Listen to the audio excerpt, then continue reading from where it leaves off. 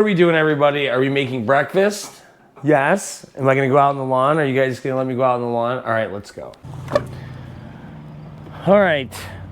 What are we told to do by YouTube? By all these other YouTubers? Fall renovation. Do this, do that. Well, guess what? This lawn is nice and thick. I will not be overseeding. I will not be scarifying. I won't be doing anything because it's fine. Here's the thing, everybody. When you're doing these full renovations, which I've done numerous full renovations, numerous partials. I know I'm a DIY guy, but I have a 100% success rate. I did this backyard, it's amazing. So right now we're doing the fall renovation.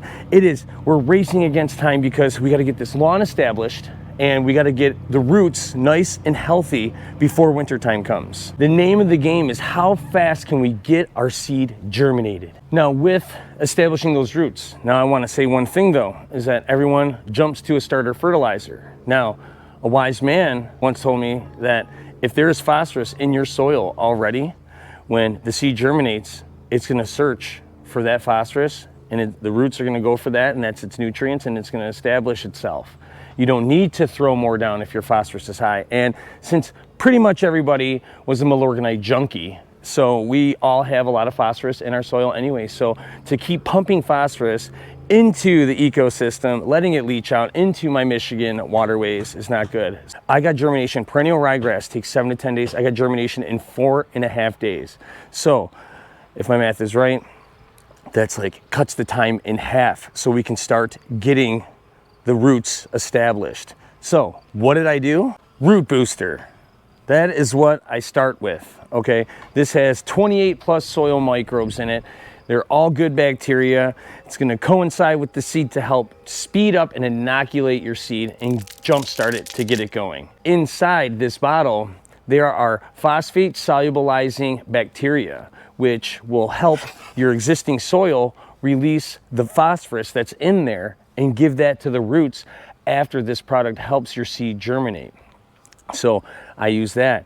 Number 2, Quality Pro Propoconazole 14.3. This stuff helps the seed germinate and get you going faster. I never knew this, but there's this guy named the Lawn Whisperer. 3 different ways. Go to your grocery store. There's his logo right here. His name's Justin. He's a fireman. He helps people. This guy made it clear. He says, take a look at the instructions. Here, take a look at this. Establishment of cool season turf grasses. As an additional benefit, Quality Pro Propoconazole 14.3 will improve the establishment rate when it is applied to cool season grass, seedlings, or sod. It is right in the label, people. So with Root Booster helping inoculate the seed, Propoconazole helping inoculate the seed. I just like that word. It's the same as germinate. With all this going on, now I have established this. I started up here. I know it looks like POA, but I dug it all out because this is baby grass. But I mean, I just overseeded more, but this stuff all germinated in 4.5 days. After time, the color will match. But now, what is the procedure? So, what I did for this partial renovation that is all over my lawn. 1, dug out the POA. My son dug it all out. 2, had my daughter fill in all the sand and soil mixture that I did, because that's what my lawn is. Next, wife puts down the seed. Seed is now exposed. We mix it in a little bit with the dirt to get good seed to soil contact. Next, I take my root booster in the hose end bottle and I spray the whole lawn. Maybe I give a little bit of extra juice over the patches because this stuff is not true fertilizer. These are soil microbes. You can spray this all down and you're not gonna burn the lawn. So now we got that down. Take my Quality Pro Propoconazole, which I mixed into another sprayer that already had Propoconazole in it, which you can get Propoconazole in already pre-mixed stuff if you don't want to buy the big thing. Propoconazole is, they have it hose ready. I'll leave a link below where you can find that stuff if you don't want to mix it. So I spray the Propoconazole down. Now I put the peat moss on top. Our seed is soaked with all this goodness. And then now we put the peat moss, which is going to retain the moisture, keep that product on there. And then what do? We water. See these people that do all these plant videos where they take a seed, they wrap it in paper towel, they let it sit for 3 days, and then a little guy pops right out of there, and then you plant it in the seed, like pre-germinating the seed. You got to keep it moist. So what do? I water the lawn twice a day.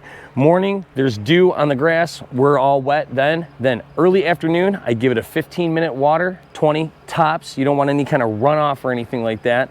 Get the peat moss all nice and dark. This goes for partial and full renovations. So now it's dark. Now we wait a little bit. Early evening, we now water again. And 15-20 minutes, and then now the sun goes down, it's moist, and we are now protected because we have propiconazole down. You don't want seed rot, you don't want fungus on your existing lawn, because we have to put down fungicide anyways, so you use propiconazole.